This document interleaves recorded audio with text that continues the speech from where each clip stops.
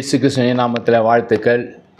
இந்த ஞாயிற்றுக்கிழமை உங்களை மீண்டுமாய் சந்திப்பதில் மிகவும் மகிழ்ச்சி. இந்த அற்புதமான நல்ல நாளில் ஆண்டவர் நம்மோடு கூட பேசும்படியாய், ஆண்டவர் நம்மை ஆசீர்வதிக்கும்படியாய் சற்று நேரம் ஆண்டவரத்தில் நம்முடைய காரியங்களை ஒப்பு கொடுப்போம். ஒருவேளை யாரும் எனக்கு இல்லையே, என்னை விசாரிப்பதற்கு கூட ஒருவருமே இல்லையே, என்னுடைய வீட்டில் அநேகர் இருக்கிறாங்க, ஆனால் நான் தனிமையை உணர்கிறேன், என்னை அன்பு செலுத்துவதற்கு யாரும் இல்லை. ஆண்டவராகிய இயேசு கிறிஸ்து இந்த மனமகிழ்ச்சியின் மாதத்தில் உங்களை நேசிக்கும்படி, உங்களை ஆசீர்வதிக்கும்படி அவர் இந்த உலகத்தில் மனுஷனாய் அவதரித்தார்.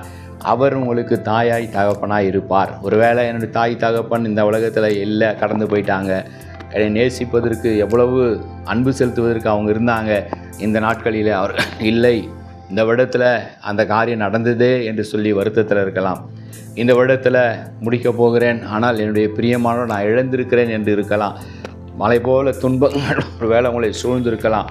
ஒரு வேளை இந்த காரியங்கள் என்னுடைய வாழ்க்கையில் எப்படிப்பட்ட காரியம் நடந்திருக்குதே என்று சொல்லி என்னை அரவணைப்பதற்கு யாரும் இல்லையே, என்னை ஆற்றுவதற்கு யாரும் இல்லையே, என்னை தேற்றுவதற்கு யாரும் இல்லையே என்று இருக்கலாம். கவலைப்படாதீங்க, கர்த்தர் உங்களோடு இருக்கிறார். அவரை நம்ம ஆராதிப்போம். என் பலனாகிய கர்த்தர் நீங்கள் இருக்க ஆண்டவரே, நான் சங்கீதக்காரன் சொல்லுகிறான், நான் பயப்படுகிற நாளில் கர்த்தரை நான் நம்புவேன். ஒரு வேளை பயந்துருக்கலாம், நடுக்கத்தில் இருக்கலாம், திகை இருக்கலாம், பலவீனங்களில் இருக்கலாம். எது இருந்தாலும் ஆண்டவரிடத்தை நோக்கி பார்ப்போம். ஆண்டவரிடத்தில் நம்முடைய காரியங்களை ஒப்பு கொடுப்போம். ஆண்டவரே நம்ம ஆராதித்து கொண்டிருப்போம். ஆண்டவரை பார்த்து சொல்லுவேன், ஆபிரகாமின் தேவனே உம்மை ஸ்தோத்திரிக்கிறேன், ஈசாக்கின் தேவனே உம்மை ஸ்தோத்திரிக்கிறோம், யாக்கோபின் தேவனே உம்மை ஸ்தோத்திரிக்கிறோம், மோசேயின் தேவனே உம்மை ஸ்தோத்திரிக்கிறோம், தாவீதின் தேவனே உம்மை ஸ்தோத்திரிக்கிறோம், எலியாவின் தேவனே உம்மை ஸ்தோத்திரிக்கிறோம், என் தேவனே உம்மை ஸ்தோத்திரிக்கிறோம், இயேசு கிறிஸ்துவை உம்மை ஸ்தோத்திரிக்கிறோம், பரமண்டங்களில் இருக்கிற பிதாவை உம்மை ஸ்தோத்திரிக்கிறோம், பரிசுத்த ஆவியானவரை உம்மை ஸ்தோத்திரிக்கிறோம். பரிசுத்த ஆவியானவரை எங்கள் தேற்றரவாளனே, எங்கள் மனவாளனே, எங்களை ஆற்றுகிறவரை, தேற்றுகிறவரை, எங்களால் ஜெபிக்கக்கூடாத நிலைமைகள் உண்டு ஆண்டவரை, எங்களால் துதிக்கக்கூடாத நிலைமைகள்லாம் வந்தது. ஆனாலும் பரிசுத்த ஆவியானவர் எங்களோடு கூட இருந்து எங்களை ஆண்டவரே ஆறுதல் படுத்தி தேற்றரவாளனா எங்களோடு கூட இருந்தீரே, தாயை போல தேற்றினீரே, தகப்பனை போல எங்களை சுமந்தீரே, நன்றி செலுத்துகிறோம் என்று சொல்லி அவரை உயர்த்துவோம், அவரை நன்றி செலுத்துவோம், அவரை மகிமைப்படுத்துவோம். கர்த்தர் ஆசீர்வதிப்பார். என்னை தாயை போல தேற்றின தேவன், என்னை தோள் மீது சுமக்கிற தேவன் நீங்கள் தான் ஆண்டவர் என்று சொல்லி ஆண்டவரை மகிமைப்படுத்துவோம்.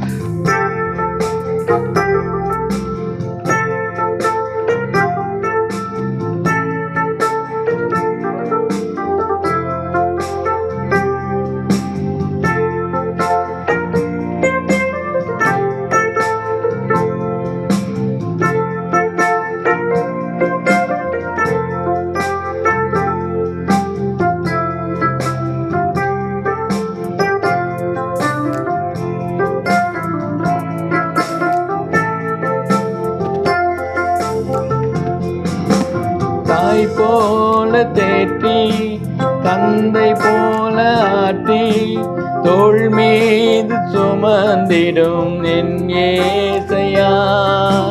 தாய் போல தேற்றி, தந்தை போல ஆற்றி, தோள் மீது சுமந்திடும் என் ஏசையா. உம்மை போல புரிந்து கொள்ள யாரும் இல்லையே, உன்னை போல அரவணைக்க யாரும் இல்லையே, நீர் போதும் என் வாழ்விலே ஏசையா, நீர் போதும் என் வாழ்விலே, நீர் போதும் என் வாழ்விலே ஏசையா, நீர் போதும் என் வாழ்விலே. மலை போல துன்பம் என்னை சூழும் போது அதை பனி போல உருகிட செய்பவரே. மழை போல துன்பம் என்னை சூழும் போது அதை பனி போல உருகிட செய்பவரே.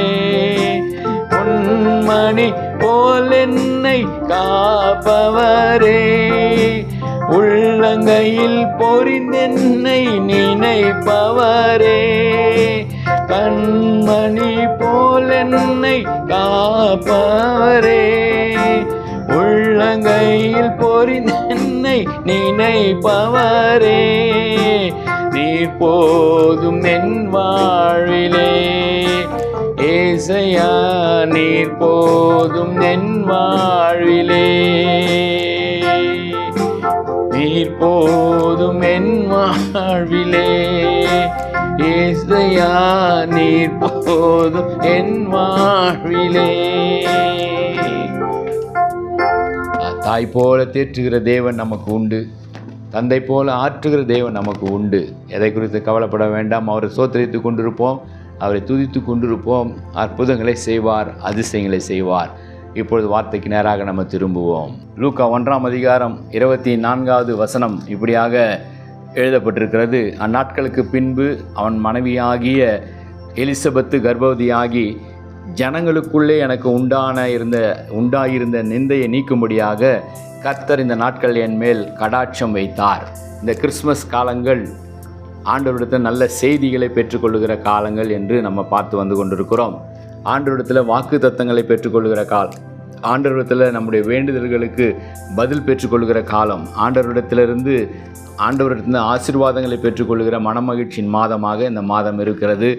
இந்த நாளில் அந்த ஆசீர்வாதத்தை பெற்றுக்கொண்டவுடன் அவள் சொல்லுகிறாள், அந்த எலிசபெத் என்கிறவள் அவள் சொல்லுகிறாள், கர்த்தர் என் நிந்தையை நீக்கும்படி.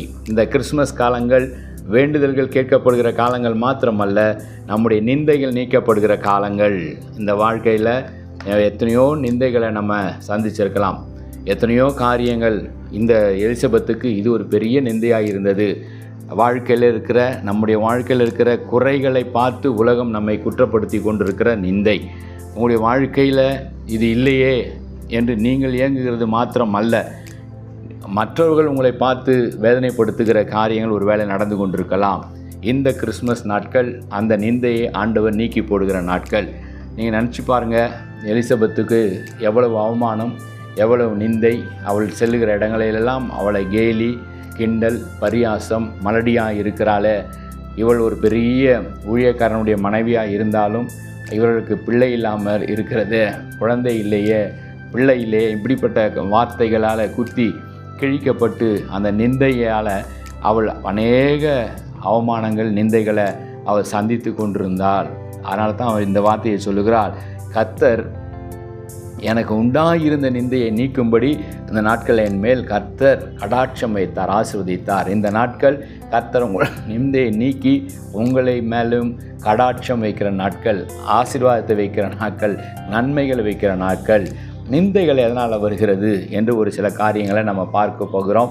அந்த நிந்தைகளை கர்த்தர் எப்படி கடாட்சமாய், ஆசீர்வாதமாய், நன்மையாய் அவர்களுக்கு மாற்றினார். மனிதர்களால் நிந்திக்கப்பட்டு, மனிதர்களால் அவமானப்படுத்தப்பட்டு, ஐயோ என் வாழ்க்கை இப்படி இருக்கிறதே என்று ஒருவேளை நீங்கள் கூட அப்படிப்பட்ட சூழ்நிலை யாராவது இருக்கலாம். ஏன் என் வாழ்க்கையில் இப்படிப்பட்ட காரியம், ஏன் கர்த்தர் இதை அனுபவித்தார், கர்த்தர் ஏன் இந்த குறைபாடை வைத்தார்? 2 விதமான காரியங்கள். மாற்றக்கூடாத குறைகள் இருந்தால் அது கர்த்தர் எனக்கு அனுமதித்தது என்று சொல்லி அதை அப்படியே ஏற்றுக்கொள்ள வேண்டும். மாற்றத்தை கொண்டு வர முடியும் கர்த்தரால் என்றால் அந்த காரியத்தை குறித்து ஆண்டவரிடத்தில் நம்ம அந்த விண்ணப்பத்தை வைக்க வேண்டிய விண்ணப்பத்தை வைத்து ஆண்டவரிடத்தில் அந்த நிந்தையை நீக்கி கொள்ள நம்மளால் முடியும். நமக்கு ஆண்டவர் அதை செய்வார்.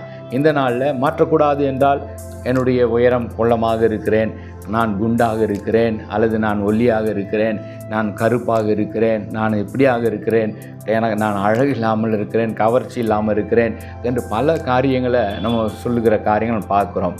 அந்த காரியங்களை ஆண்டவர் அதை அனுமதித்திருக்கிற காரியத்தை மாற்றி அமைப்பதற்கு இன்றைக்கு அநேகர் முயற்சி செய்து அந்த முயற்சியில் தோல்வி உறுகிறத கூட நம்ம பார்க்குறோம்.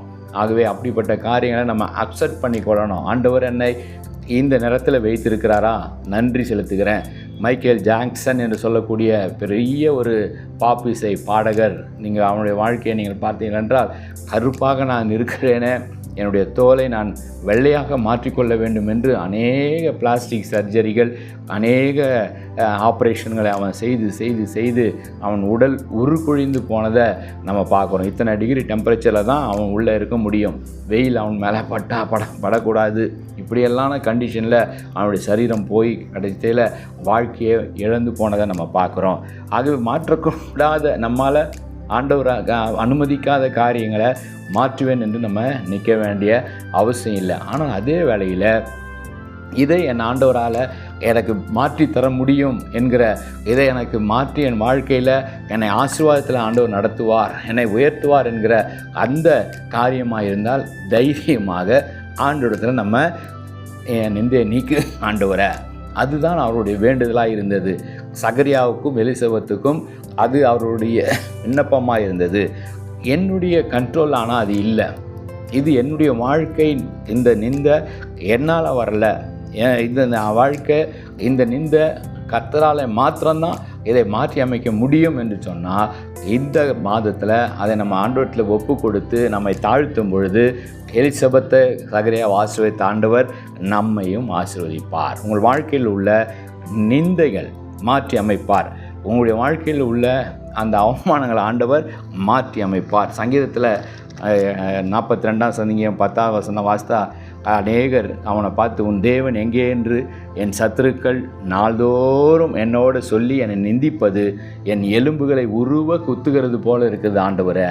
எவ்வளோ அழகாக நேர்த்தியாக அவன் உள்ளத்தில் இருக்கிறத அப்படியே ஆண்டவரத்தில் கொட்டுகிறான். ஆண்டவரை, நீங்கள் என்னை இன்னும் ரட்சிங்க, இன்னும் எனக்கு பாதுகாப்பாக தாங்க, இன்னும் எனக்கு ஆசீர்வாதம் தாங்க. என்னுடைய சத்துருக்கள் என்னோட சொல்லி, உன் தேவன் எங்கே, ஏன் இன்னும் நான் விடுதலை பண்ணலை, இன்னும் ஏன் உனக்கு சுகத்தை தரலை, இன்னும் ஏன் உன்னை ஆசீர்வாதத்தை தரலை, இன்னும் ஏன் உன்னை உயர்த்தவில்லை என்று சொல்லி ஆண்டவரை நிந்திக்கிறாங்களே, அது என் எலும்புகளை உருவ குத்துகிறது போல இருக்கிறது. நிறைய நேரங்களில் மனிதருடைய வார்த்தைகள் உள்ளத்தை குத்தும், இருதயத்தை காயப்படுத்தும், எலும்புகளை உருவ கூட்டுகிறது போல இருக்கிறது. சங்கீதக்காரன் சொல்லுகிற காரியம் அதுதான். ஆண்டவரே, அவர்கள் நிந்திக்கிற நிந்தை என் எலும்புகளை உருவ குத்துகிறது. ரூத்து புஸ்தகத்தில் கூட நகோமி என்கிற ஒரு மனுஷி சொல்லுவா. ரூத் 1ஆம் அதிகாரம் 20 வாசித்து பார்த்தால், நீங்கள் என்னை நகோமி என்று சொல்லாமல் மாறாள் என்று சொல்லுங்கள். சர்வ வல்லவர் எனக்கு மிகுந்த கசப்பை கட்டளையிட்டார். நான் நிறைவுள்ளவனாய் போனேன், கர்த்தர் என்னை வெறுமையாய் திரும்பி வர பண்ணினார். கர்த்தர் என்னை சிறுமப்படுத்தி சர்வ வல்லவர் என்னை கிளேசப்படுத்தியிருக்கேன். நீங்கள் என்னை ஏன் நகோமி என்று ஏன் சொல்கிறீங்க? என் பேரை மாறாள், கசந்த வாழ்க்கை, எனக்கு கணவன் மரித்து போனான், என் பிள்ளைகளெல்லாம் மரித்து போனாங்க, நான் ஆசீர்வாதமாய் போனேன் கணவன் பிள்ளைகள் என்று இன்றைக்கு தனிமையாய் நான் வந்திருக்கிறேன். அந்த நிந்தை எனக்கு ஏன் என்று எனக்கு தெரியவில்லை என்று சொல்லி அவள் புலம்புகிறத பார்க்குறோம். ஆனால் அந்த நிந்தையை கூட ஆண்டவரால் ஆசீர்வாதமாக ஆண்டவர் பிற்காலத்தில் மாற்றுகிறத நம்ம பார்க்குறோம். ஆண்டவர் ஆதியாகமம் 32ஆம் அதிகாரம் 10ஆம் வசனத்தில் யாக்கோபு சொல்லுகிறான், அடியேனுக்கு தேவரீர் காண்பித்த எல்லா தயவுக்கும் எல்லா சத்தியத்திற்கும் நான் எவ்வளோ வேணும் பாத்திரம் நல்ல, நான் கோலும் தடியுமாக கடந்து போனேன் ஆண்டவரை, இப்போது 2 பரிவாரங்களோடு நான் திரும்பி வருகிறேன் என்று சொல்கிறான். இப்படி தான் நிறைய பேர் நிந்த அவமானத்தில் போகிறாங்க. அவனுடைய தாய் தகப்பன் ஒன்றுமில்லாமல் யாக்கோபு அனுப்புனாங்க. அவர் திரும்பி வரும்போது ஆசீர்வாதத்தோடு கர்த்தரால் அவன் கொண்டு வர செய்கிறான். ஒரு வேளை உங்கள் தாய் தகப்பன் கூட உங்களை துரத்தி விட்டிருக்கலாம், உங்களுக்கு வர வேண்டிய ஆசீர்வாதங்களை தராமல் வைத்திருக்கலாம், உங்களுக்கு வர வேண்டிய சொத்துக்களை மற்றவர்களுக்கு கொடுத்துருக்கலாம், மற்ற பிள்ளைகளுக்கு கொடுக்குறாங்க, எனக்கு கொடுக்கலையே, பல காரியங்கள் உங்கள் வாழ்க்கையில் நடந்து கொண்டிருக்கலாம், பல நிந்தையான காரியங்களுக்குள்ளே நீங்கள் கடந்து சென்று கொண்டிருக்கலாம். கவலையப்படாதீங்க, கர்த்தர் உங்கள் நிந்தைகளை மாற்றுகிற கர்த்தர். 2வது, எப்படி நிந்தைகள் வருகிறது? மற்றவர்கள் மூலமாக என்றால், கணவன் குடிகாரனாக இருக்கிறான், கணவன் குடித்து விட்டு என்னுடைய பெயர், என்னுடைய குடும்பத்தின் காரியம் எல்லாம் நிந்த அவமானத்தில் இருக்கிறேன். மனைவி இப்படி இருக்கிறான், என் மனைவி சரியில்லை, என் மனைவி உதாரித்தனமாக செலவு செய்து எல்லா இடத்துலையும் கடன் வாங்கி எனக்கு ஒரு பெரிய நிந்தை, என் பிள்ளைகள் சரியில்லை, பிள்ளைகள் இப்படி இது வேண்டும் அது வேண்டும் என்று சொல்கிறாங்க, இல்லை என்று சொன்னால் வீட்டை விட்டு ஓடி போய் விடுகிறார்கள், நான் என்ன செய்வது? நிந்த, என் பிள்ளையால் நிந்த. பல விதத்தில் மற்றவர்கள் மூலமாய், குடும்பத்தில் இருக்கிற மூலமாய் கூட நமக்கு நிந்தைகள் வரும். ஆண்டவர் சொல்கிறார், அந்த நிந்தைகளை நான் ஆசீர்வாதமாக மாற்றுவேன். எப்படி எலிசபெத்துக்கு நிந்தைகளையெல்லாம் நீக்கி கர்த்தர் எனக்கு கடாட்சம் தந்தாரோ அதை போலவே தருவார். சங்கீதம் 69:19 தேவரீர் என் நிந்தையையும் என் வெட்கத்தையும் அவமானத்தையும் அறிந்திருக்கிறீர். என் சத்துருக்கள் எல்லாரும் உனக்கு முன்பாக இருக்கிறார்கள். நிந்தை என் இருதயத்தை பிளந்தது. நான் மிகவும் வேதனைப்படுகிறேன். எனக்காக பரிதபிக்கிறவன் உண்டோ என்று காத்திருந்தேன், ஒருவனும் இல்லை. தேற்றுகிறவர்களுக்காக காத்திருந்தேன், ஒருவனையே நான் காணவில்லை. என்னை தேற்றுகிறதுக்கு யாரும் இல்லை. என்னை நிந்திக்கிறதுக்கு ஆள் இருக்கிறாங்க ஆண்டவரே. என்னை கேலி செய்வதற்கு ஆள் இருக்கிறாங்க. என்னை காயப்படுத்துவதற்கு ஆள் இருக்கிறாங்க. என்னுடைய காரியங்கள் இப்படியா இருக்கிறது என்று சொல்லி என்னை குற்றப்படுத்துவதற்கு ஆள் இருக்கிறாங்க. ஆனால் என்னை தேற்றுகிறதுக்கு ஆள் இல்லை ஆண்டவரே. கவலையப்படாதீங்க, கர்த்தர் உங்களை தேற்றுவார், கர்த்தர் உங்களை திடப்படுத்துவார். அதைத்தான் அவர் எலிசபெத்துக்கு செய்தார். எலிசபெத்தினுடைய நிந்தையை நீக்கி போட்ட ஆண்டவர், சகரியாவுடைய வாழ்க்கையில் இருக்கிற நிந்தையை நீக்கி போட்டு ஆசீர்வதித்த ஆண்டவர் இந்த கிறிஸ்துமஸ் நாட்களில் நம்முடைய வாழ்க்கையில் இருக்கிற நிந்தை, அது உங்கள் குடும்பத்தில் இருக்கிறவர்கள் மற்றவர்கள் மூலமாய் வந்த நிந்தை, எப்படிப்பட்ட நிந்தையாக இருந்தாலும் அந்த நிந்தைகளை நீக்கி போட ஆண்டவர் காத்திருக்கிறார். லூக்கா 15 2 குமாரர்கள் இருப்பாங்க. அந்த இளைய குமாரன் தகப்பனிடத்தில் போய் ஆசையில் இருக்கிற பாதி எனக்கு, என் சொத்தை, என்னுடைய பங்கை பிரித்து கொடுங்க என்று சொல்லி அதை ஊதாரித்தனமாக செலவழித்து பன்றிகளை மேய்க்கிற இடத்துல போய் பன்றிகள் தின்னுகிற தவிடாது எனக்கு கிடைக்காதா என்கிற அளவுக்கு அவனுடைய வாழ்க்கை மோசமான நிலைமையில் போகுது. எவ்வளோ பெரிய நிந்தை, எவ்வளோ பெரிய அவமான தகப்பனுக்கு. ஆனால் பாருங்கள், அவன் உணர்வடைந்து திரும்பி வந்தான். அந்த வீட்டுக்குள்ளே ஒரு பெரிய சந்தோஷம். இந்த நாட்களில் ஆண்டவர் உங்களுடைய வாழ்க்கையை எப்பேற்பட்ட தாழ்மையான நிலைமையில் இருந்தாலும் அதை உயர்த்தி உங்களுடைய இல்லத்தில் சந்தோஷத்தையும் சமாதானத்தையும் கொண்டு வர ஆண்டவரால் முடியும். நிச்சயமாக அதை அவர் செய்வார். அது எதனால்? நிந்தைகள், வியாதிகள்னால, நோய்களினால், பலவீனங்களால் நிந்தைகள் வருகிறது. லூக்கா 8:43 வாசித்து பார்க்கும் பொழுது 12 வருஷமாய் பெரும்பாடுகளாயிருந்து தன் ஆஸ்திகளை எல்லாம் வைத்தியருக்கு செலவழித்தும் ஒருவராலும் சொஸ்தமாக்கக்கூடாதபடி இருந்த ஒரு ஸ்திரீ அவருக்கு பின்னாக வந்து அவருடைய வஸ்திரத்தின் ஓரத்தை தொட்டால் உடனே அவருடைய பெரும்பாடு நின்று போயிட்டு. இதுதான் இந்த மாதத்தில், இந்த நாளில் ஆண்டவன் நமக்கு தருகிற வாக்குத்தத்தம். உடனே அந்த ஆசீர்வாதம், உடனே கடாட்சம் வரும், உடனே அற்புதம் நடக்கும், உடனே தருவார். அதுக்கு என்ன? நான் 12 வருஷம் பெரும்பாடு, எவ்வளோ பெரிய நிந்தை, வியாதி என்கிற நிந்தை, வேதனை, சரீரத்தில் இருக்கிற ரத்தம்லாம் போய் கொண்டிருக்கிறது, பெரும்பாடு. குடும்பத்தில் எந்த நிகழ்ச்சியிலும் கலந்து கொள்ள முடியாது, சமுதாயத்தில் எந்த நிகழ்ச்சியிலும் கலந்து கொள்ள முடியாது, சபைக்கு ஆலயத்துக்கு செல்ல முடியாது. இப்படியான வேதனை, தன்னுடைய ஆஸ்தி எல்லாவற்றையும் வைத்தியத்துக்கே செலவழித்து போட்டால். வைத்தியத்துக்கு ட்ரீட்மெண்ட் 12 வருஷம் ட்ரீட்மெண்ட் பண்ணுறாங்க. ஆனால் வியாதி தீர்ந்த பாடில்லை, பணங்கள் எல்லாம் செலவழிந்து போனது, சுகம் போய்விட்டது, சொத்து போய்விட்டது, அவமானம், நிந்தை, வெளியே வர முடியல. ஆனால் ஒரு நாள் அவர் தீர்மானம் எடுக்கிறார். இயேசு கிறிஸ்து என்று ஒருத்தர் வந்திருக்கிறாரு, அவர் அற்புதம் செய்கிறாரு, அவர் வல்லமை உடையவர், அவர் மேசியா. அந்த நம்பிக்கை அவளுக்குள்ளே வருது, அந்த விசுவாசம் வருது. அவர் தொட்டால் குருடர்கள் பறவை அடைகிறாங்க, அவர் தொட்டால் முடவர்கள் நடக்கிறாங்க, அவர் சொன்னால் காற்றும் கடலும் அமைதியாகிறது, அவர் தண்ணீரை திராட்சரசமாக மாற்றுறாரு, அவர் குஷ்டரோகிகளை சொஸ்தப்படுத்துகிறாரு. இந்த காரியங்களை கேட்க கேட்க கேட்க அவளுக்குள்ள ஒரு பெரிய விசுவாசம். என்னுடைய நிந்தை, 12 வருஷமாக இந்த நிந்தையை நான் சுமந்து கொண்டிருக்கிறேன். இந்த வியாதி என்கிற நிந்தை, இந்த வேதனை என்கிற நிந்தை, இந்த பணம் விரயம், பணம் நஷ்டம் என்கிற நிந்தை, அவமானம், வெளியே வர முடியலை, நான் என்ன செய்வேன் என்று அவர் தவித்து கொண்டிருக்கிற அந்த நாளில் ஆண்டவர் வருகிறார். அந்த பகுதிகளில் என் இயேசு வருகிறார் என்ற அந்த செய்தி, ஒரு நல்ல செய்தி வந்தது. இன்றைக்கும் அதே செய்தி தான் உங்களுக்கும். கர்த்தர் இன்றைக்கு பிறகு போகிற அந்த மாதத்தில், இந்த மாதம் மனமகிழ்ச்சியின் மாதம், உங்கள் நிந்தைகளை நீக்கும்படி, அது எப்படி வந்த நிந்தையாக இருந்தாலும் சரி, வியாதியினால் வந்த நிந்தை, மற்றவர்களால் வந்த நிந்தை, அல்லது என்னால் வந்த நிந்தை, அது எனக்கு உண்டான நிந்தை, ஏதோ ஒரு நிந்தை, எப்படிப்பட்ட ஒரு அவமானம், அது உங்களை உருவ குத்தி கொண்டிருக்கிறது, அது உங்களை துக்கப்படுத்தி கொண்டிருக்கிறது, உங்கள் இருதயத்தை கிழித்து கொண்டிருக்கிறது. ஐயோ, இதிலிருந்து நான் எப்படி விடுதலை பெறுவேன், இதிலிருந்து நான் எப்படி வெளியே வருவேன், யார் என்னை விடுவிக்கக்கூடும், பணங்களை செலவழித்து பார்த்தேன், யார் இடத்தெல்லாம் போனேன், ஆனால் ஒருவராலும் கூட தீர்க்கக்கூடலையே, இந்த நிந்தையை எடுத்து போட முடியவில்லையே, 12 வருஷமாய் பாடாட நான் இருக்கிறேனே. இறுதியில் அவளுக்கு ஒரு பெரிய ஆசீர்வாதம். ஒரே ஒரு காரியம் செஞ்சால் அந்த விசுவாசம் அவளுக்குள்ளே வளர்ந்த உடனே இந்த நிந்தையை நீக்குகிறவர் வந்து விட்டார், எனக்கு நீதி செய்கிறவர் எனக்கு வந்து விட்டார், சுகத்தை தருகிறவர் எனக்கு வந்து விட்டார். இதுதான் எனக்கு அற்புதமான வாய்ப்பு. அந்த நாட்களில் ஸ்திரீகள், ஆண்கள் இருக்கிற இடத்துக்கு, அந்த கூட்டத்துக்கு வரவே கூடாது. அதிலும் பெரும்பாடு உள்ள ஸ்திரீ மற்றவர்களை தொடக்கூடாது, தொட்டால் அது தீட்டு. எல்லாவற்றையும் அறிந்திருந்தாலும் நான் என் ஆண்டவரை தொடக்கூட போகிறதில்ல, அவருடைய வஸ்திரத்தின் ஓரத்தை மாத்திரம் தொடுகிறேன். ஏன்னா அவரை தொட்டு விட்டால் அவருக்கு நான் தீட்டுப்பட்டு விடுவேன், அவரை நான் தீட்டுப்படுவேன். உலகத்தில் இன்றைக்கு அநேக உலக பிரகாரமான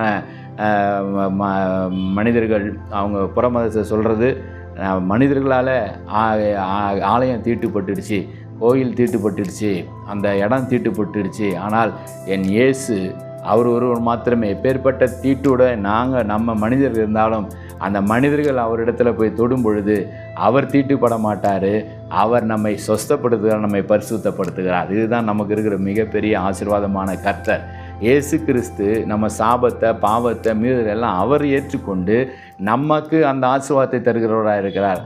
ஒருவரும் அவரை தீட்டுப்படுத்த முடியாது. இந்த ஸ்திரீ அந்த விசுவாசத்தோடு போய் அந்த வஸ்திரத்தின் ஓரத்தை தொட்டால் வசனம் தெளிவாக சொல்கிறது, அவருக்கு பின்னாக வந்து அவருடைய வஸ்திரத்தின் ஓரத்தை தொட்ட உடனே அவருடைய பெரும்பாடு நின்று போயிட்டு அற்புதமான ஆசீர்வாதத்தை அவள் பெற்றுக்கொண்டா, சுகத்தை பெற்றுக்கொண்டா, ஆசீர்வாதத்தை பெற்றுக்கொண்டா. இந்த நாள் நம்ம நிந்தையை நீக்குகிற நாள். இந்த நாள் லூக்கா இந்த வாசித்த அந்த வார்த்தையின்படி ஆண்டவர் என் நிந்தையை, இத்தனை வருடம் பிள்ளை இல்லாமல் இருந்தேன் என்கிற நிந்தை, இத்தனை வருடம் எனக்கு ஆண்டவர் இப்படிப்பட்ட ஒரு பெரிய நிந்தை என் வாழ்க்கையில் இருந்தது.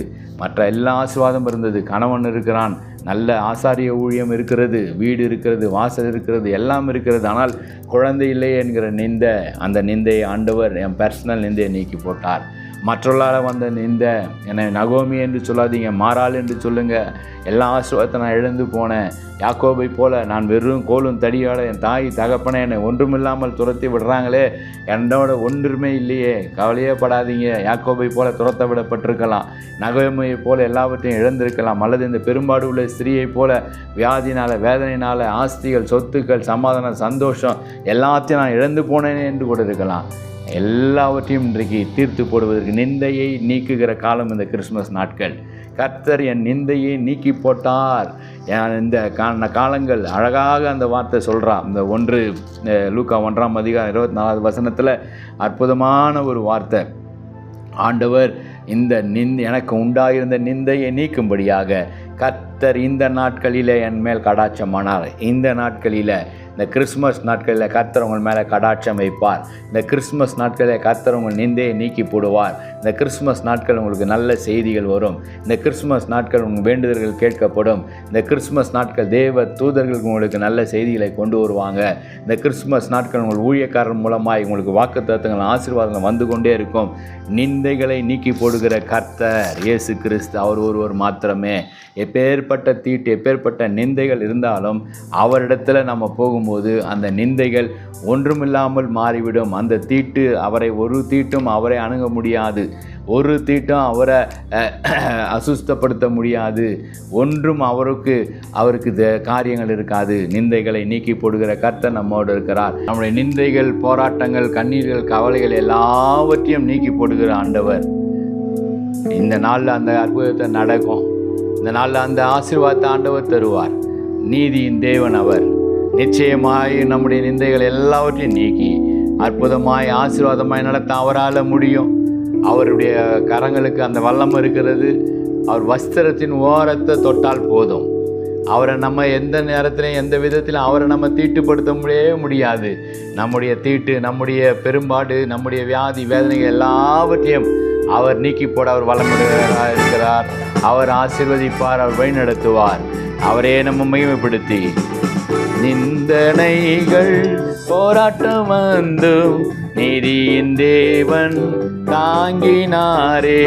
நிந்தனைகள் போராட்டம் வந்தும் நீதியின் தேவன் தாங்கினாரே. நேத்த கோடி என்மேல் பறக்க நேச்சருக்காய் ஜீவித்திடுவேன். நேத்த கோடி என்மேல் பறக்க நேச்சருக்காய் ஜீவித்திடுவேன். நம்புவேன் இயேசுவை, நம்புவேன் இயேசுவை, நம்புவேன் இயேசுவை, நம்புவேன் இயேசுவை. காக்கும் கரங்கள் உண்டனக்கு காத்திடுவார். கிருபையாலே காக்கும் கரங்கள் உண்டனக்கு காத்திடுவார் கிருபையாலே. அல்லேலூயா பாடி பாடி அலைகளை நான் தாண்டிடுவேன். அல்லேலூயா பாடி பாடி அலைகளை நான் தாண்டிடுவேன். நம்புவேன் இயேசுவை, நம்புவேன் இயேசுவை, நம்புவேன் இயேசுவை, நம்புவேன் இயேசுவை.